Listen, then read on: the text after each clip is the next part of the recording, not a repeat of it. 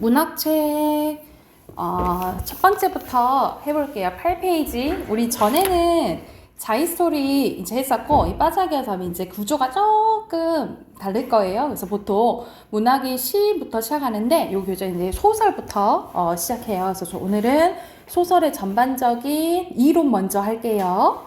자, 8페이지입니다, 문학. 자, 맨 먼저 나와 있는 게 소설의 개념과 3요소인데, 자, 소설은 우리가 알다시피 가짜 이야기잖아, 그치? 가짜 이야기죠. 그래서 자, 현실에 있음직한 일을 작가의 상상력으로 꾸며낸 허구, 가짜 이야기를 뭐라 한다? 소설이라고 한다 라고 보시면 되겠죠. 자, 여기서는 소설 구성의 3요소 나와 있는데 그냥 소설의 3요소 먼저 쓸게요. 자, 먼저 소설의 3요소입니다. 먼저 소설은 우리 항상 시나 소설이나 먼저 파악하는 게 말하고자 하는 바잖아요. 그치? 그래서 있어야 되는 게 첫 번째 주제고요. 그리고 어떻게 짜여져 있는지, 어떻게 이루어져 있는지를 봐야 되거든요. 그게 구성. 그리고 소설은 작가마다 쓰는 스타일이 다르거든요. 우리가 친한 친구 글을 예를 들어서 글을 이렇게 보게 되면 딱 보면 서준이가 쓴 것 같다, 아니면 위연이가 쓴 것 같다 하는 느낌이 있게 오잖아. 그게 쓰는 스타일이라고 생각하시면 되거든요. 그래서 작가의 이제 개성이 드러나는 부분을 문체라고 보시면 됩니다. 문체. 그래서 소설의 3요소가 주제, 구성, 문체고, 이 구성의 3요소가 여기 나와 있는 인사배, 인물, 사건, 배경이에요. 그래서 그냥 3요소가 아니라 기억해야 돼. 소설 구성의 3요소야. 여러분이 예를 들어서 객관식 보기 봤을 때 이 부분은 이제 헷갈려 하면 안 돼요. 알겠죠? 그리고 문체는 무엇을 통해서 드러나냐면, 예를 들어서 말 그대로 쓰는 스타일이잖아. 쭈르륵 줄글 형태로 이야기, 시간의 흐름대로 쭉 쓰는 것을 서술이라고 하거든요. 서술. 그리고 인물들의 대화, 그리고 그림 그리듯이 쓰는 것을 우리가 묘사라고 해요. 문체는 서술, 대화, 묘사를 통해서 드러나고, 그걸 통해서 이 작가의 개성이 드러난다라고 생각하시면 될 것 같아요. 그래서 이 표는 선생님이 저번에도 얘기했다시피 머릿속에 있어야 된다라고 생각하시면 되고요. 밑에는 이렇게 나와 있네. 여기서는 소설 구성의 3요소죠. 그래서 인물, 사건, 배경이고, 이 배경에 관련된 것은 뒤에 안 나와 있네. 자, 먼저 인물에 대해서는 나와 있는데 배경에 대해서는 안 나와서, 배경은 크게 두 가지로 나뉘어지거든요. 선생님 시간과 공간 이렇게 나뉘어지는 거 아니에요? 할 수 있지만 우리가 시간과 공간은 묶어서 자연적 배경이라고 해요. 자연적 배경. 그리고 우리가 소설을 읽다 보면 시에서도 마찬가지고, 소설에서는 그 흔히 좀 나오는 배경들 있잖아요. 예를 들어서 일제강점기라든지 6.25 전쟁 때라든지 아니면 1970년대 이런 게 나오잖아. 이런 것들을 우리가 사회적 배경이라고 해요. 사회적 배경. 그래서 배경은 크게 두 가지로 나뉘어진다라고 생각하시면 돼요. 이 자연적 배경이랑 사회적 배경, 이렇게 두 가지 크게 생각하시면 되고요.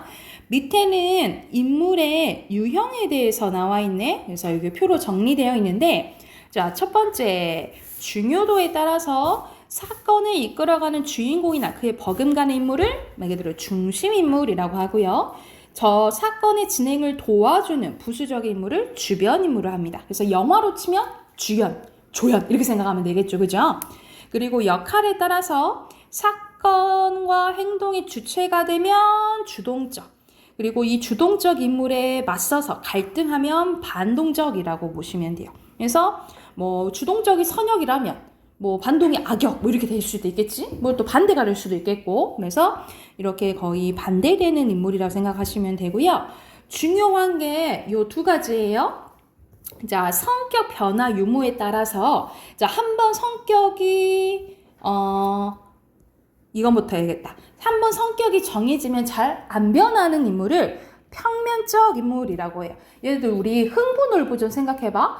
계속 흥부는 착하고 놀부는 나쁘거든요. 그치? 그래서 한번 성격이 정해지면 잘 안 변하는 것을 평면적 인물이라고 하고요. 그에 반해 자, 어떠한 계기로 성격이 변화하면 입체적 인물이라고 해요. 그래서 예를 들어서 이 못됐던 놈이 개가천선해서 착해질 수도 있고 아니면 착했던 놈이 어떠한 계기로 막 흑화될 수도 있겠지. 이런 식으로 성격이 변화되면 입체적 인물이라고 보시면 돼요.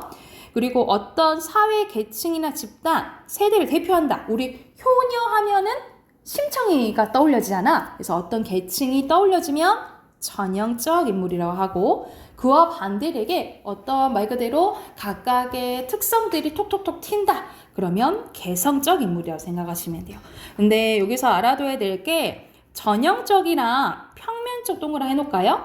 자, 요렇게 연결해서 이거는 어디서 많이 나오냐면 옛날 고전소설에서 많이 나오고요. 고전소설에서 많이 나오고요.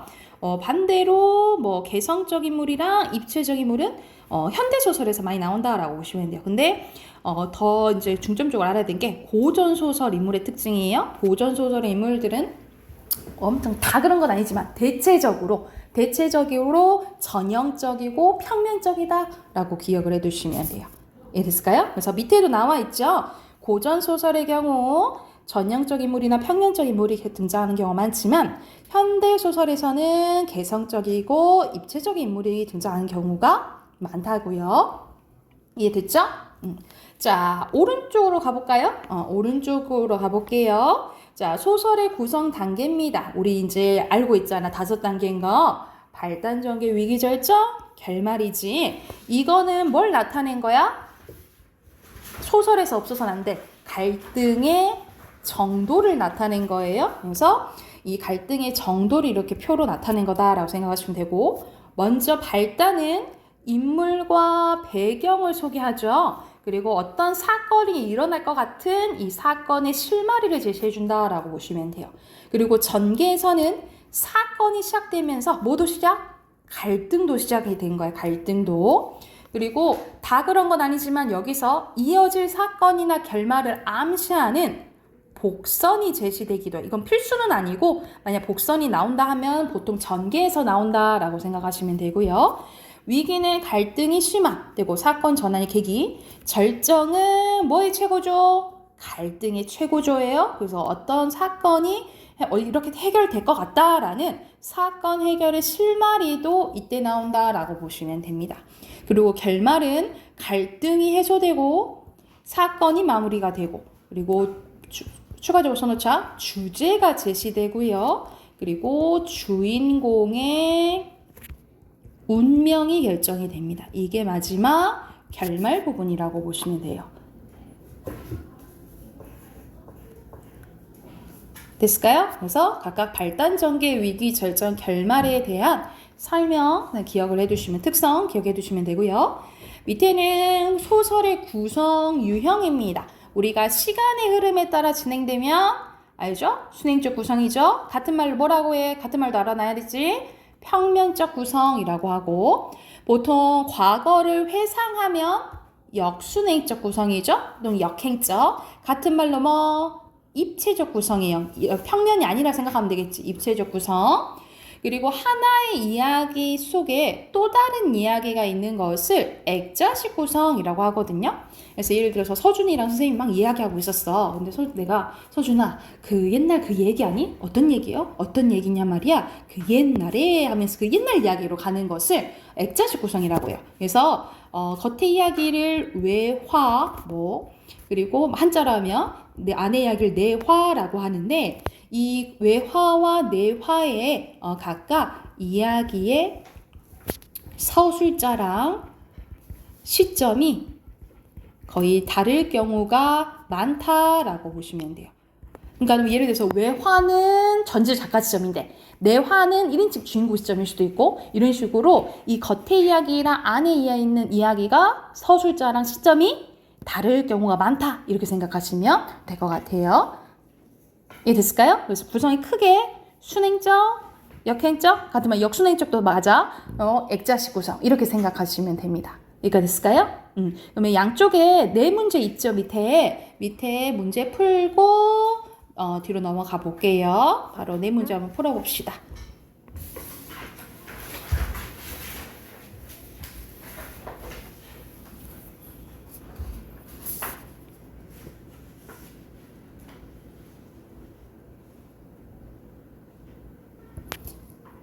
자, 답 확인해볼까요? 다 하셨죠? 자, 1번에 소설에 대한 설명을 알맞은 거 1번이랑 이거는 극에 대한 설명이죠? 무대상연 극 중에 희곡에 대한 설명이고 형식의 제한 없이 쓴 건 이건 수필에 대한 설명이에요. 그래서 1번과 5번이고요. 2번에 역할에 따른 주동 반동이지, 그치? X. 2번에 입체 아니고 평면이죠? X. 3번에 O예요. 자, 3번의 구성 단계는 인물 배경 처음 부분이네. 발단이고요. 그리고 4번에 과거와 현재 막 회상하고 하면 과거 거슬러 올라가는 거잖아. 역행적 구성, 같은 말로 입체적 구성 쓰시면 돼요. 자, 뒤로 넘어가 볼까요? 한 장 더 해볼게. 자, 뒤로 넘어가면 소설의 갈등이 나옵니다. 여러분, 소설에서 갈등이 없으면 재미가 없어요. 그래서 갈등은 흥미 유발하고 이 사건을 진행하는데 중요한 역할을 한다라고 생각하시면 되거든요. 크게 두 가지가 있죠. 내적 갈등이랑 외적 갈등이 있어요. 자, 내적 갈등은 한 인물의 마음 속에서 일어나는 겁니다. 그래서 이럴까? 저럴까? 고민하는 것이 내적 갈등. 외적 갈등은 인물의 외적인 요소, 인물과 인물 또는 인물과 환경 사이에 오는 건데 여기서는 세 가지 있는데 크게 네 가지예요. 인물과 인물의 갈등, 인물과 사회 갈등, 인물과 운명의 갈등. 하나 더 써놓을게요. 크게 원래 네 가지거든요. 인물과 자연의 갈등. 이렇게 총 외적 갈등은 네 가지예요. 자, 말 그대로 인물과 인물의 갈등은 한 인물과 다른 인물 사이에서 일어나는 갈등입니다. 그래서 거의 소설의 대부분은 인물과 인물의 갈등이라고 보시면 되고 인물과 사회 갈등은 인물의 사회적 제도나 윤리 때문에 겪는 갈등이에요. 대표적인 게 홍길동전이죠. 이때 홍길동전의 배경은 조선시대 때인데 조선시대 때는 서를 차별하는 제도가 있었어요. 말 그대로 그때는 우리가 지금은 일부 일처제지만 그때는 일부 다처제였잖아요. 그치? 그래서 이 본처가 있고 첩이 있었단 말이죠. 말 그대로 조선시대 때는 처첩제도가 있었어요. 근데 본처 사이에서 낳은 자식을 적자라고 하고 첩의 자식을 서자라고 했거든요. 그래서 이때는 적서 또 차별제도가 있었어. 근데 하필 이 능력 좋은 홍길동이가 뭐의 자식이었던 거야? 첩의 자식이었던 거야. 그래서 자기의 능력을 발휘할 수 없어서 답답해가지고 막 이제 갈등을 일으키고 막 이제 다니죠. 이게 대표적인 인물과 사회의 갈등이라 보시면 되고요. 인물과 운명의 갈등은 대표적인 김동리의 역마가 나오는데 이 역마는 인물이 타고난 운명 때문에 이제 겪는 갈등으로 한 곳에 정착하지 못하고 끊임없이 더 떠돌아다니는 역마살이를 든 성기와 이 성기가 이 말 그대로 운명을 거슬러 보려고 했지만 결국 운명한테 져버리게 되죠. 그래서 마지막에 정착하려고 했지만 다시 길을 떠돌게 되는 이야기라고 생각하시면 될 것 같아요. 그리고 인물과 자연의 갈등은 말 그대로 우리가 편히 살고 싶어. 근데 갑자기 이렇게 막 자연재해가 나. 막 우리 최근에 오늘도 물 넘치면 안 되는데 막 물이 막 넘쳐 홍수가 나. 아니면 지진이 나. 아니면은 갑자기 좀비 바이러스가 막 퍼져. 막 이러면은 내가 편히 살고 싶어도 편히 살 수가 없잖아. 그렇게 이제 빚어지는 갈등이라고 생각하시면 될 것 같아요. 그래서 크게 갈등은 뭐 있다? 내적 갈등과 외적 갈등이 있다 라고 보시면 되고요. 오른쪽 가볼까요? 오른쪽은 소설에서 제일 중요한 역할을 하는 서술자입니다. 서술자는 소설에서 이야기를 전달하는 사람이에요. 작가가 만들어낸 허구의 인물이고요. 자, 허구의 인물이기 때문에 작가랑 서술자는 완전 일치할 수가 없어요. 작가가 가상으로 만든 인물이기 때문에 일치할 수 없다라고 보시면 되고, 작품 속에 직접 등장할 수도 있고, 그러면 1인칭이겠죠?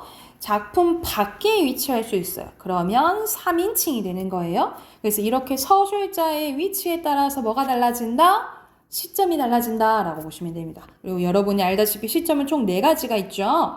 자, 소설의 시점 봐볼게. 소설에서 서술자가 이야기를 전개하여 나가는 방식이나 관점이라고 보면 되는데, 이제 여러분이 이제 2학기 때 이제 시험 보잖아요. 우리 이제 시험 기간 학교 여러분 18일부터 가죠? 18일부터 간 거 아니야? 18일부터 가는 거 맞죠? 정우 아니야? 몰라 언제 가는지? 너 언제 가는지 모르면 어떡해. 서준이 18일에 가지. 언제 가는지 몰라? 너네 학교 언제 가는지 모르면 어떡해. 곧 내가 볼 때는 이제 방학이 일주일 남았는데 학교 가게 되면 이제 진도 나가면, 국어 같은 경우에는 이제 진도 나가는 대로 선생님한테 범위를 알려주세요. 그리고 시험 범위는 9월부터 들어갈 거예요. 9월 첫째 주부터 들어갈 거고, 시험이 9월 말에 있거든요. 여러분 거의 다 아마 10월 되기 전에 거의 다 봐가지고 이제 처음 이제 시험 보잖아, 그지? 그래서 시험 대비는 보통 한 달 전에 한다라고 생각하시면 될 것 같고요. 학교마다 출판사가 달라요. 그래서 각각 선생님이 사오라는 교재 준비해 오셔가지고 그걸로 이제 진도 나간다라고 생각하시면 될 것 같아요. 그래서 보통 이제 만약 범위에서 소설이 나온다. 소설은 보통 소설 내용에 관련된 것도 나오지만 항상 시점 중요하거든요. 그래서 같은 시점을 찾아라. 이런 문제가 이제 나와요. 그래서 시점 파악을 가장 먼저 하셔야 되는데, 자, 아까 선생님 방금 얘기했듯이 서술자가 만약 안에 있어, 직접 등장해, 속에 있어, 그럼 1인칭인 거야. 그리고 서술자가 밖에 있으면 3인칭인 거예요. 그래서 각각 2개씩 있는데, 첫 번째 1인칭 주인공 시점입니다. 작품 속에 내가 직접 내 이야기를 해요. 그러면 자, 효과예요. 주인공의 심리를 드러내는데 효과적이고, 주인공이 직접 이야기를 해주기 때문에 독자가 친근감을 느끼게 된다라고 보시면 돼요. 그리고 1인칭 관찰자 시점은 내가 주인공이 아니지. 그래서 주인공의 심리가 직접 드러나지 않으므로 독자는 주인공의 심리나 성격을 추측해서 판단해야 합니다. 그래서 말 그대로 상상력의 1인칭 주인공 시점보다는 상상력이 조금 필요하다라고 보시면 돼요. 독자의 상상력이 조금 필요해요. 자, 오른쪽에 3인칭 갈게요. 전지적 작가 시점 볼게요. 전지는 모든 것을 알고 있다 이 말이야. 작품 밖에 위치한 서술자가 전지전능한 위치에서 사건의 내막과 인물의 내면 심리까지 모두 다 알고 얘기를 해줘요. 그러면 자, 서술자가 다 얘기해 주잖아, 그치? 그러면 독자가 상상할 필요가 있을까 없을까? 상상할 필요가 없겠죠, 그쵸? 그래서 사건의 총체적인 모습과 인물의 다양한 면모를 보여준 데는 효과적이지만, 독자의 추가적으로 쓸게요. 상상력을 제한해준다 라고 보시면 돼요. 왜냐하면 상상할 필요가 없으니까. 자, 그에 반해 3인칭 관찰자 시점 가볼게요. 자, 3인칭 관찰자 시점은 작품 밖에 위치한 서술자가 관찰자 입장에서 작품 속의 인물들의 행동이나 사건을 관찰해서 이야기합니다. 그래서 시점 중에서는 보이는 그대로만 서술하는 거야. 그래서 서술자가 가장 객관적으로 전달을 합니다. 그리고 나머지 것들은 그러면 독자가 다 추측해야겠죠? 상상해야겠죠? 그래서 시점 중에서 가장 독자의 상상력을 유발하는 시점이 3인칭 관찰자 시점이라고 보시면 돼요. 그래서 먼저 여러분 소설을 봤을 때는 나가 등장하는지 아니면 나가 주인공인지 이거 먼저 보시고, 만약 나가 등장 안 해 그럼 3인칭이겠죠? 근데 심리가 다 나오는지 뭐 서술자가 다 얘기해 주는지 그거를 보고 시점을 파악해야 된다라고 생각하시면 돼요. 이해됐을까요? 이것도 밑에 네 문제 풀어보고 넘어갈게요. 5번부터 8번까지 또 바로 문제 풀어봅시다.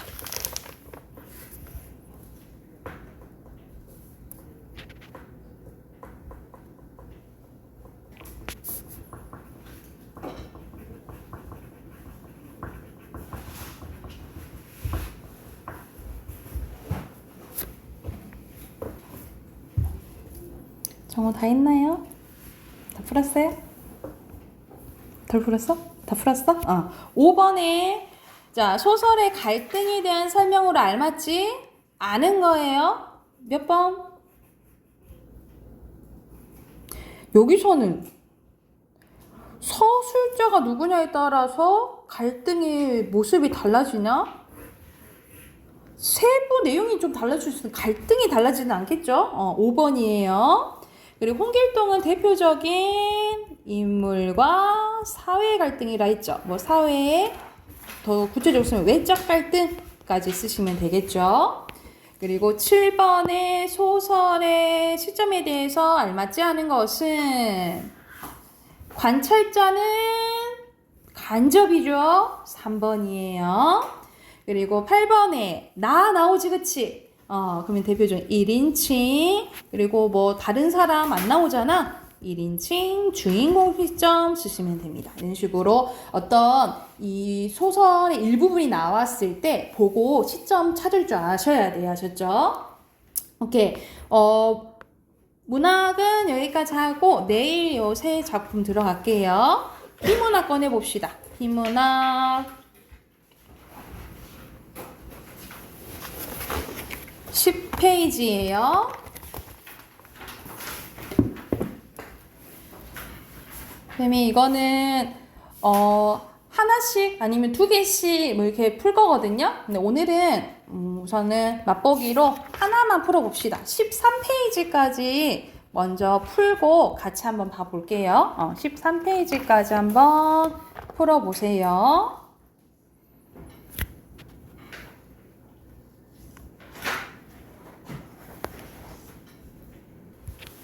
자, 여기서는 착각 속에 사는 우리라고 나와 있는데 한번 볼게요.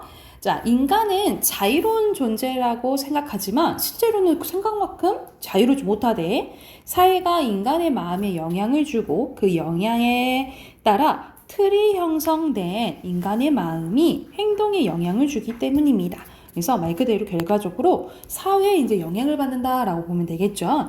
그 대표적인 예가 사회적 착각인데 그렇다면 인간은 사회적 착각에 얼마나 깊이 영향을 받을까? 연구팀은 사회적 착각 관련된 간단한 실험을 했습니다. 실험에 쓰인 도구는 오른쪽 그림과 같이 화장실에서 쉽게 볼 수 있는 숙녀용 신사용 팻말인데 이 팻말을 대학 강의실 출입구 양쪽에 하나씩 붙인 뒤에 이것을 통과하는 학생들의 반응을 살펴보았대.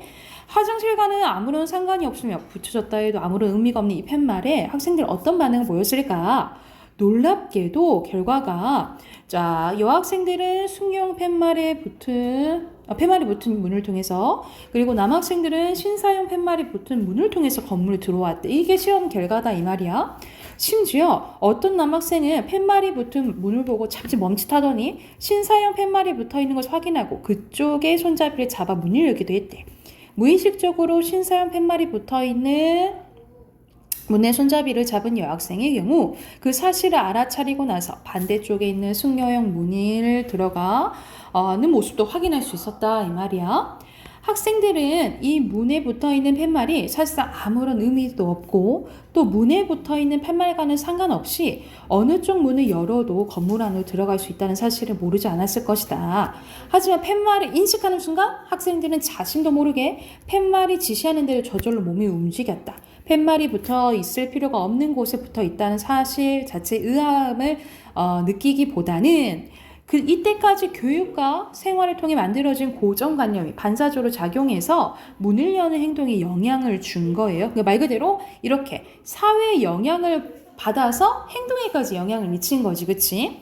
이런 상황에서는 다들 왜 그래야 하는지 지금 무슨 일이 벌어지고 있는 건지 의심하지 않는데요. 이처럼 사회적 착각은 고정관념에 의해서 형성되고 이 고정관념이 인간의 의식체계를 형성한 요소로 들어오면 행동에까지 영향을 미치게 되는데 여기가 주제라고 보시면 돼요. 이 주제고 앞에 1분단에서 의문 제기했던 것에 대한 답이라고 생각하시면 돼요.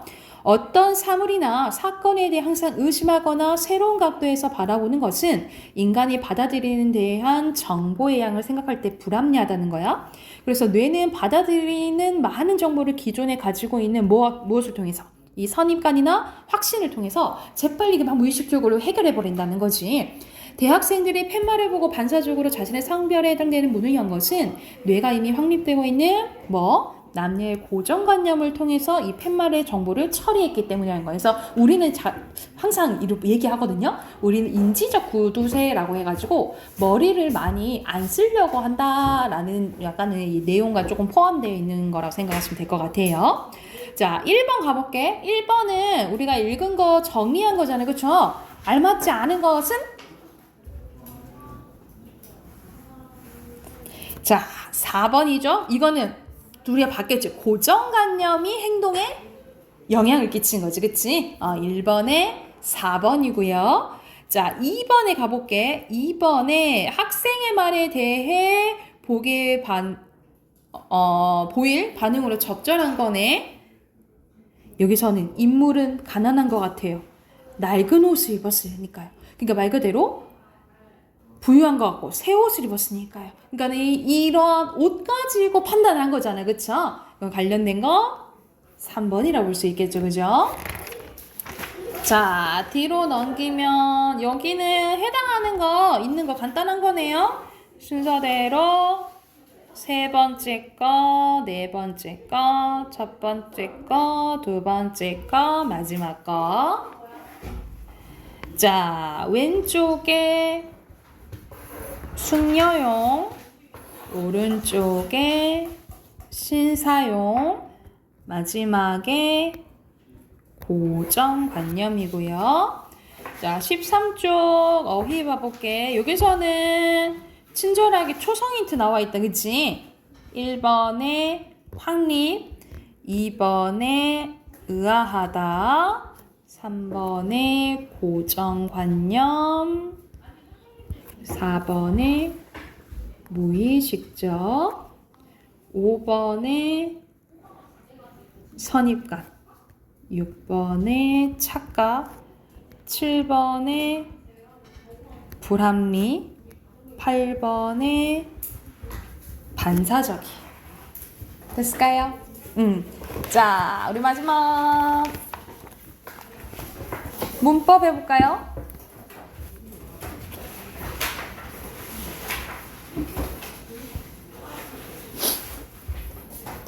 자, 우리 했던 부분 다시 한번 반복하고 더 심화된다라고 생각하면 되는데 의문 다시 나옵니다. 12쪽 가볼게요. 12쪽. 자, 이거 또 하네. 생각하겠지.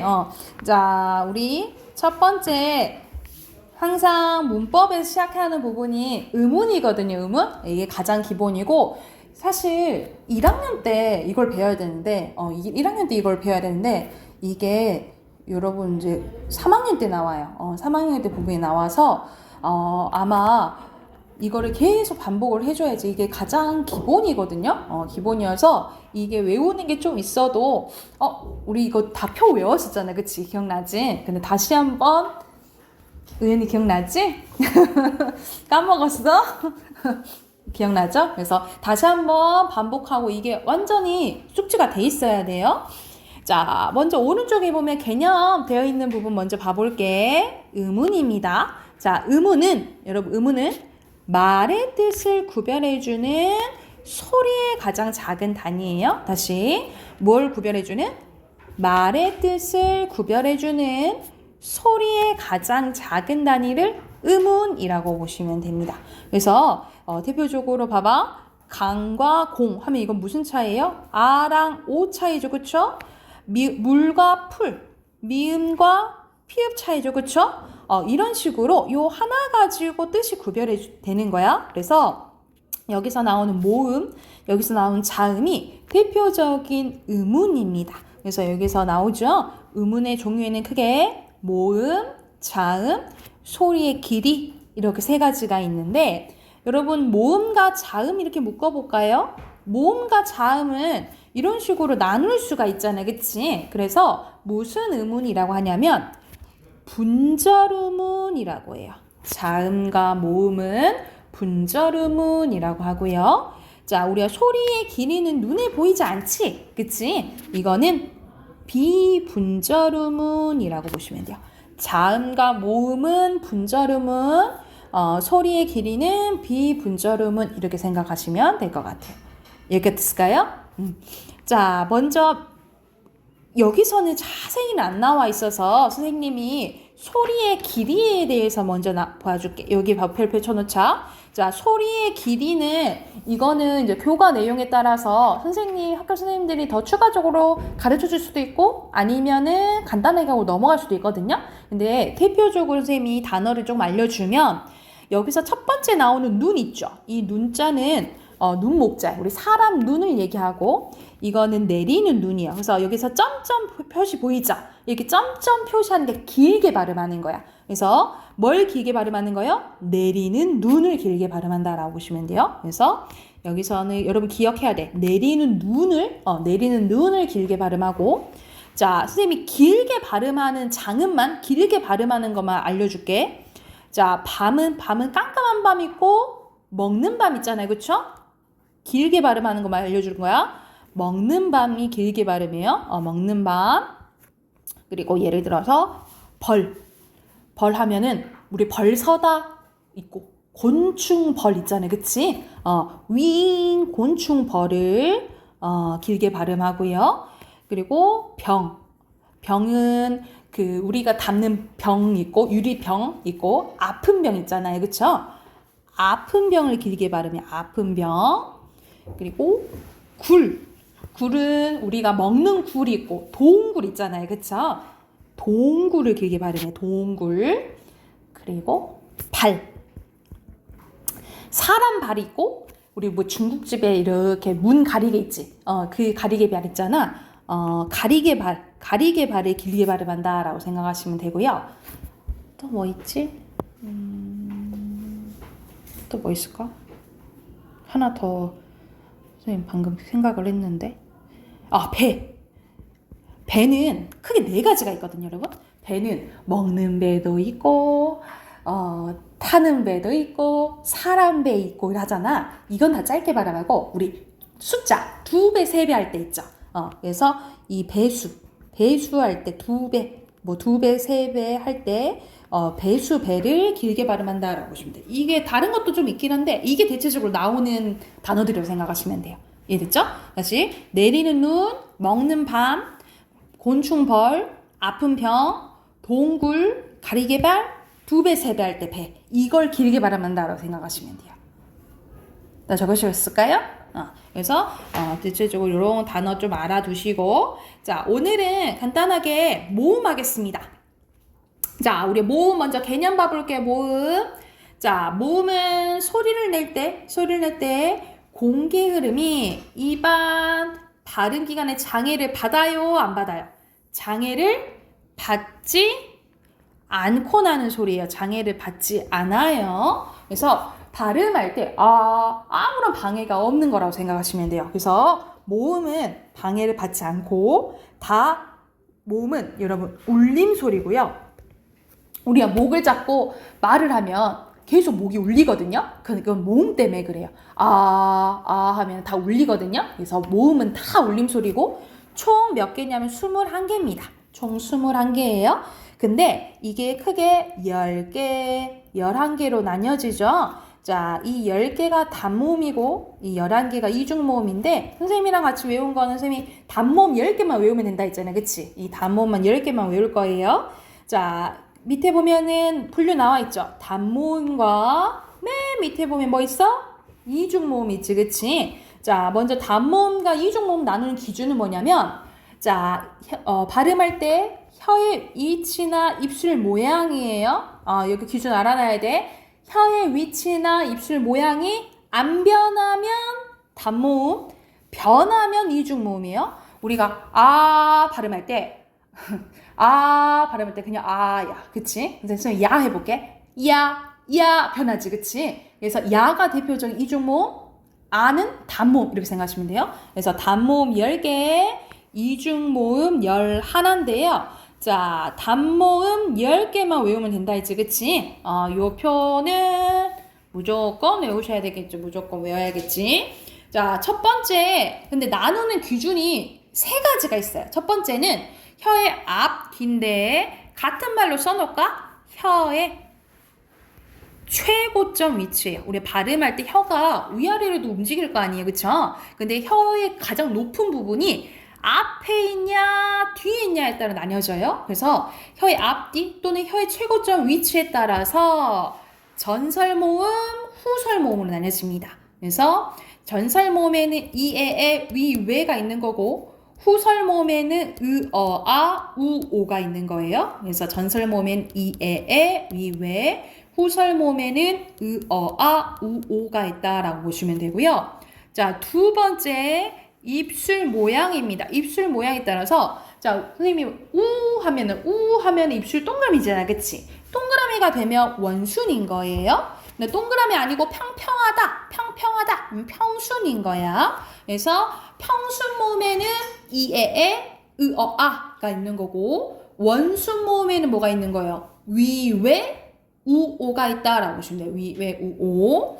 그리고 마지막에 뭐예요? 혀의 높낮이죠.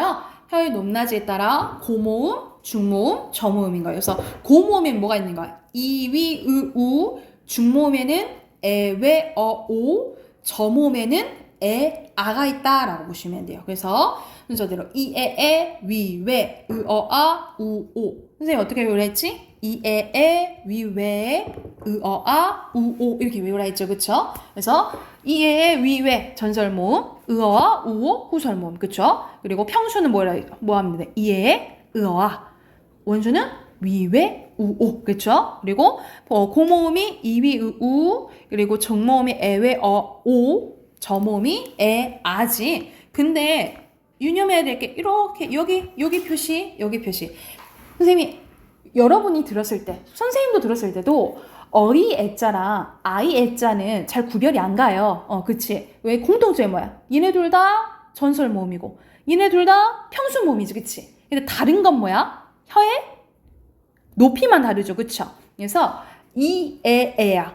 이에에. 그래서 발음할 때는 자, 얘를 발음할 때보다 혀가 더 낮고 입을 더 크게 벌리고 발음해야 돼요. 아셨죠?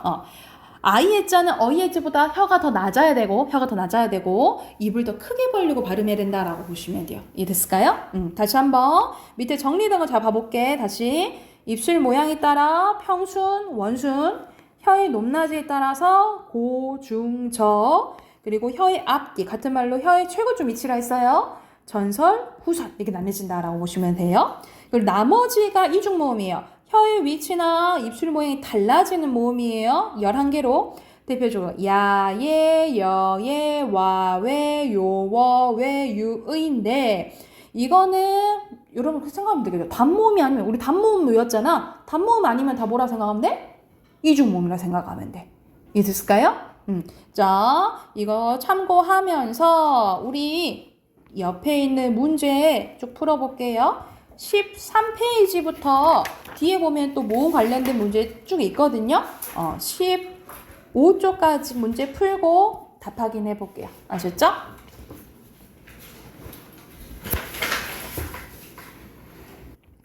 자, 답 확인해 봅시다. 자, 1번에 얘는 막힘 방해 안 받는다 했죠. 그쵸? X고요.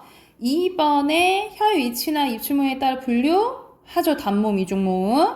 그리고 앞쪽이면 전설모음 맞고 달라지죠. 이중모음은 X. 고, 중, 저 혀의 높이 맞고요. 소리나 위치가 아니라 입술 모양이죠. X. 자, 순서대로 에, 위, 이, 그 다음에 아, 오, 우고요. 8번에는 아, 에, 이, 위, 오, 우. 그 다음에 고모, 위, 우, 이, 중모음 에, 오, 저모음 아. 뒷부분에 후설이고 고모음이면 혀의 위치가 달라지고 이중모음 찾으면 되겠죠. 요 원순이면서 중모음은 왜, 후설이면서 가장 입이 크게 벌리면 저모음이에요. 그래서 아예요. 그리고 평수모음이면서 전설모음 이, 혀의 높이는 에랑 같대. 그 중모음이죠. 그러면 근데 앞뒤가 달라야 되니까 얘는 전설이잖아. 후설 찾으면 되겠죠. 어겠지. 그리고 발음할 때 우와 혀의 앞뒤 위치는 달라. 우가 뭐예요? 후설이니까 전설이면서 혀의 높이와 입술 모양이 같은 건 전설이면서 면 위겠죠. 그쵸? 자, 뒤로 넘겨서 1번에 여기서는 적절한 거야. 자, 모음 중 단모음 10개만 소리가 나요. 나머지는 뭐 소리가 안 나? 아니지.